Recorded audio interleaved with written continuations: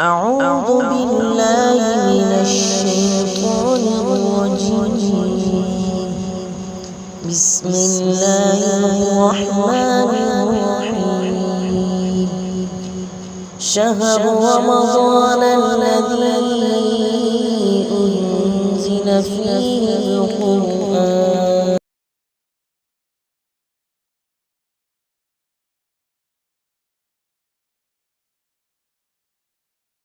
تعالی علیہ وسلم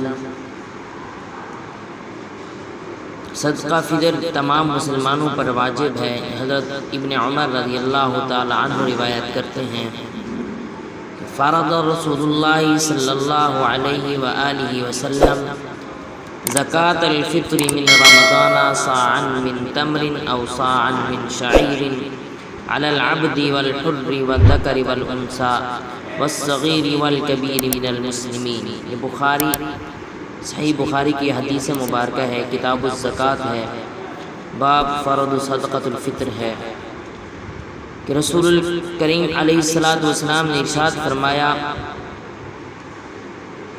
کہ غلام اور آزاد، مرد اور عورت، چھوٹے اور بڑے، سب مسلمانوں پر صدقہ فطر کھجور یا جو کا ایک سا فرض کیا گیا ہے۔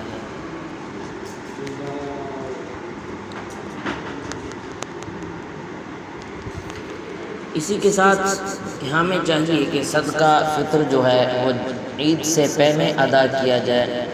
عید سے پہلے ادا کرنا واجب ہے، لازم ہے عید سے پہلے ادا کرنا، اور رمضان کے شروع میں، رمضان کے درمیان، یعنی کہ جتنا ہو سکے جلدی بندہ فطرانہ ادا کر دے، کیونکہ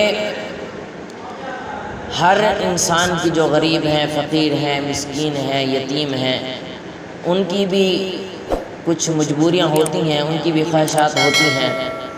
اگر اور جو فطرانہ ہے وہ پیسے کی صورت میں ہی دیا جائے تو سب سے بہتر ہے، چونکہ اگر ہم پیسے کی صورت میں نہیں دیتے، اگر کسی غریب مسکین یتیم کو کپڑے خرید کر دیتے ہیں، ہو سکتا ہے اس کو کسی اور نے خرید کر دے دیے ہوں، یا ہم عید کا ساز و سامان لے کر دیتے ہیں، یعنی کھانے پینے کی اشیاء لے کر دیتے ہیں، تو ہو سکتا ہے اس کو کھانے پینے کی اشیاء کسی نے خرید کر دی ہو۔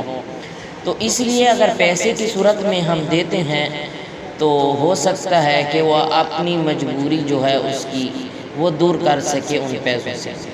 ہاں، اگر آپ کو معلوم ہے کہ وہ شخص فضول خرچی کرتا ہے، یعنی کہ کسی نشہ آور چیز میں وہ پیسے استعمال کرتا ہے یا کوئی غلط کام میں خرچ کر دیتا ہے، تو آپ اس سے پوچھ کر، یا آپ کو معلوم ہو کسی اور سے معلوم کر کے، اس کے رشتہ داروں سے یا دوست احباب سے معلوم کر کے، تو آپ اس کو وہی چیز خرید کر دے دیں۔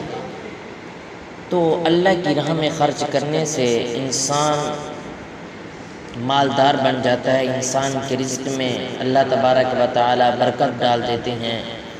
اس طرح اللہ نے قرآن مجید فرقان حمید کے اندر بھی ارشاد فرمایا ہے کہ اگر تم میرے راستے میں 1 روپیہ خرچ کرتے ہو تو میں اس کو دگنا کر کے پیش کرتا ہوں، دگنا کر کے دیتا ہوں۔ تو جتنا بھی اللہ کی راہ میں اللہ کی رضا کے لیے خرچ کرو گے تو اللہ تبارک و تعالی مزید اس میں برکت پیدا کریں گے۔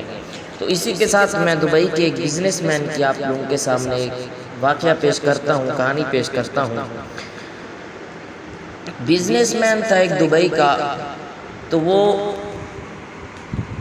ایک چھوٹے سے بچے کی کہانی سنا رہا تھا۔ وہ کہتا ہے کہ بھوک کی شدت سے برا حال تھا، گاڑی کسی ہوٹل پر کھڑی کرنے کا وقت نہ ملا کیونکہ گرمی انتہا کی تھی اور گاڑی کا ایئر کنڈیشن چل رہا تھا۔ کار سے نہ اترنے کی غرض سے سوچا کہ کھانا اب گھر جا کر ہی کھاؤں گا۔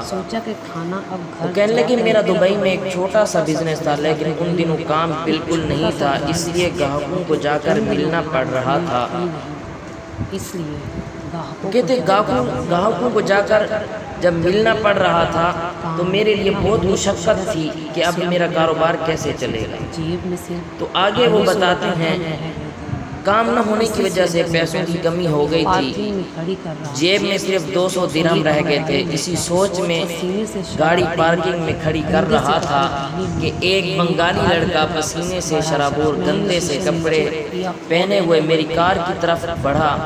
میں نے شیشہ نیچے کیا تو کہنے لگا السلام علیکم بھائی، کیا حال ہے؟ میں مسلمان ہوں اور شکل سے آپ بھی مجھے مسلمان لگتے ہیں، مجھے آپ سے ایک گزارش کرنی ہے۔ میں نے پوچھا کیا بات ہے؟ وہ ایک دم رونے لگا اور بولا میں فقیر نہیں ہوں لیکن 2 دن سے بھوکا ہوں، میری والدہ بیمار ہے، میرے پاس کوئی نوکری بھی نہیں ہے، کہ آپ مجھے 50 درہم دے سکتے ہیں؟ مجھے بھوک لگی ہے اور میں اپنی ماں کو کچھ پیسے جمع کر کے بنگلہ دیش بھیجنا چاہتا ہوں تاکہ میری ماں دوا لے سکے۔ تو عام حالات میں 50 درہم میرے لیے زیادہ نہ تھے، لیکن میں نے سوچا کہیں یہ جھوٹ تو نہیں بول رہا، لیکن اس کی آنکھوں میں آنسو اور اس کی باتوں سے سخت زہر ہو رہا تھا۔ میرے پاس ایک ہی 200 درہم کا نوٹ تھا جو میں نے اس کو دیا، جاؤ سامنے دکان سے کھلے پیسے لے آؤ۔ وہ 200 درہم لے کر چلا گیا۔ کافی دیر تک جب وہ نہ آیا تو مجھے اس کی بات جھوٹ لگنے لگی۔ خیر میں گاڑی میں اے سی لگا کر بیٹھا رہا، خود کو کوس رہا تھا اور سوچ رہا تھا کہ میرے پاس خود پیسے نہیں تھے۔ اب یہ 200 بھی جاتا رہا، لیکن میرا خیال اس وقت غلط تھا۔ غلط ثابت ہوا جب میں نے اسے دور سے اپنی طرف بھاگتے ہوئے دیکھا۔ اس کی حالت پہلے سے اور بری ہو گئی تھی، سانس پھولا ہوا تھا اور بھوک، پیاس اور گرمی کی شدت نے اس کو بے حال کر دیا تھا۔ واپس آتے ہی اس نے کہا معافی چاہتا ہوں، کہیں سے کھلے پیسے نہیں مل رہے تھے، بہت دور سے لایا ہوں۔ یہ لے 200۔ میں نے پیسے پکڑتے ہوئے اس کو پوچھا تم کتنے بہن بھائی ہو؟ کہنے لگا میں 6 بہنوں کا اکیلا بھائی ہوں، والد وفات پا چکے ہیں اور ماں بیمار ہے، ماں کی دوائی کے لیے ہی آپ سے پیسے مانگے۔ میں گاڑی سے باہر آیا، اس کو 50 درہم دیے اور وہ شکریہ ادا کرنے لگا۔ اس کی آنکھیں نم ہو گئیں۔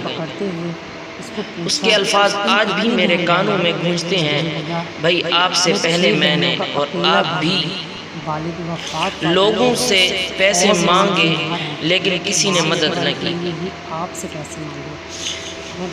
آپ پہلے پاکستانی ہو جس نے میری مدد کی ہے، آپ کا بہت بہت شکریہ۔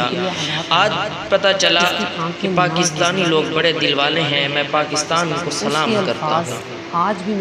اس کی آنکھوں میں آنسو دیکھ کر میری آنکھوں میں آنکھیں بھی بھر آئیں۔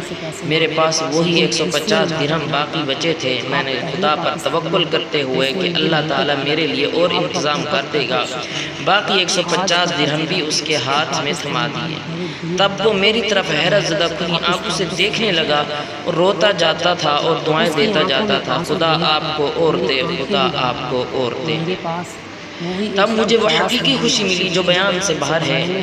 اس دن معلوم ہوا کہ کسی کی مدد کرنے سے کیسا سکون نصیب ہوتا ہے۔ بظاہر میری جیب تو خالی تھی لیکن دل خوشی اور شکر کے جذبات سے لبریز تھا۔ اس کے بعد میں اپنے کمرے میں کھانے کے لیے بھی بیٹھا ہی تھا کہ ایک نوالا بھی ابھی نہیں کھایا تھا کہ ایک کمپنی سے فون آیا اور مجھے 40,000 درہم کا کام مل گیا۔